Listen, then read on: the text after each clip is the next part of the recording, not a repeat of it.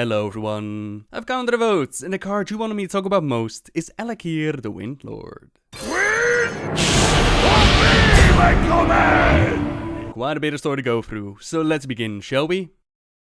Al'Akir's story begins at the very beginning of Azeroth's history, where the world was in turmoil and the four elemental lords, Al'Akir the Windlord, Ragnaros the Fire Lord, Fedazane the Snow Mother, and Neptulon the Tide Hunter, they were the ones who ruled the planet. The elements were in constant turmoil, raging war with one another to try and gain dominion over Azeroth, but victory was not the main goal. The endless cycle of chaos was what the elements enjoyed most, and for the time the world was their playground. That is, until the arrival of the old gods. They had come down to infect the planet, and although the elemental lords tried to work together to overthrow the Black Empire, they failed and were enslaved.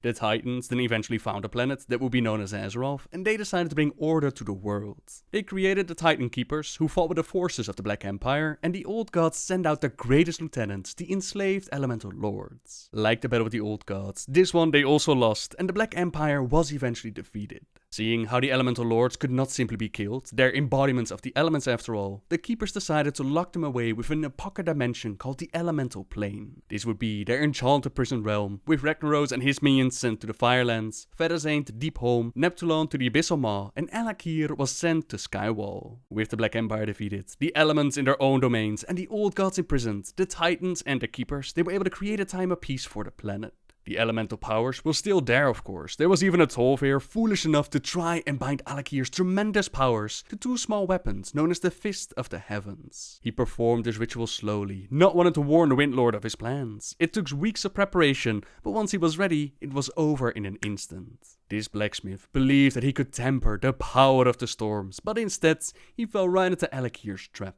The Windlord had made his greatest creation unusable by filling it with so much power that nobody could ever hope to control them. When the smith hefted his two weapons and tested the power within them, uncontrollable fury spilled forth. The weaponsmith, his forge, and a number of buildings within Uldum, they were simply destroyed by the hurricane of might that had been unleashed. It would take many years for a hero to rise up and tame the power of these weapons. Like sweating insects! Now with the Cataclysm, the Black Dragon Deathwing, he shook the world of Azeroth to its core, and the elemental plane, it collided with the physical realm, making Skywall now floating over the sovereign sands of Uldum. Deathwing worked on bringing about the Hour of Twilight, the moment in which the old gods would break out of the prisons and rule the world once more. To this end, he had some allies in the form of the Twilight's Hammer cult, but he also recruited Ragnaros the Fire Lord and Al'Akir the Windlord to his side. The elemental Lord of Air set his sights upon the inhabitants of Uldum, mustering his fiercest tempest to scour Uldum of life and seize control of the mysterious Titan-forged Halls of Origination. Within the halls was the device which could scour Azeroth of all life, a device that Deathwing wanted to have, but we allied ourselves with the Tol'vir, we fought back and prevented their plans, and we even ventured forth into Skywall itself, the area known as the Throne of Four Winds, Al'Akir's personal lair. Within, we took on the Conclave of Wind, and upon their defeat, the Windlord acknowledges our honorable conduct and determination. We have earned the right to face him in battle, and despite him trying to use his formidable might, his primordial control of the winds,